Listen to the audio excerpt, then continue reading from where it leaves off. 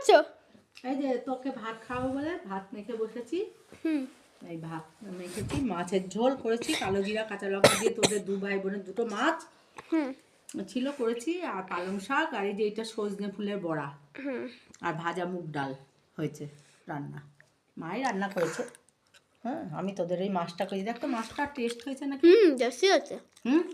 ভালো আছে রান্নাটা। বন্ধুরা, তোমরা সবাই ভালো আছো তো?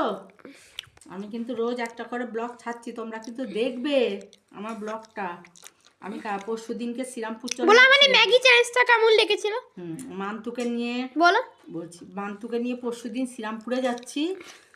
তারপরে আমাদের মা মেয়ে দুজনকেই দেখতে পাবে সব সময়, কেন এখন এদের সবার মধ্যে আছি তো। টুকু, নিনি, দিদি, বুবাই, টিনা, এদের সবার মধ্যে রয়েছি বলে মান্তু ওই পাশের ঘরেই শুয়ে থাকে। তা মান্তুকে দেখেছো তোমরা, কিন্তু বারবার দেখাতে পারি না। মান্তু এখন ঘুমাচ্ছে। এরপরের থেকে শ্রীরামপুরে মান্তুকে রোজই দেখবে। আর আমাদের একবার ম্যাগি চ্যালেঞ্জ ছেড়েছিলাম, তোমরা দেখেছো বন্ধুরা? দেখেছো তো বটেই। কেমন লেগেছে আমাদের একটু জানিও না কমেন্ট করে।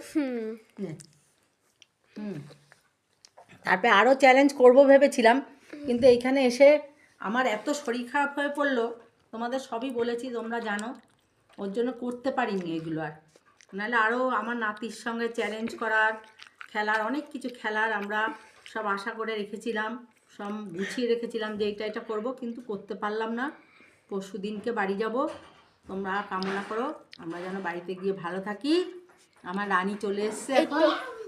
রানী স্কুল থেকে এসছে, এই যে রানী স্কুল থেকে এসছে। হ্যাঁ, এই যে দেখো রানীকে, দেখো ওয়াটার বোতল খুলছে। ছুটি হয়ে গেছে।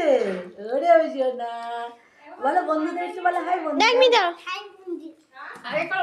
রাখো।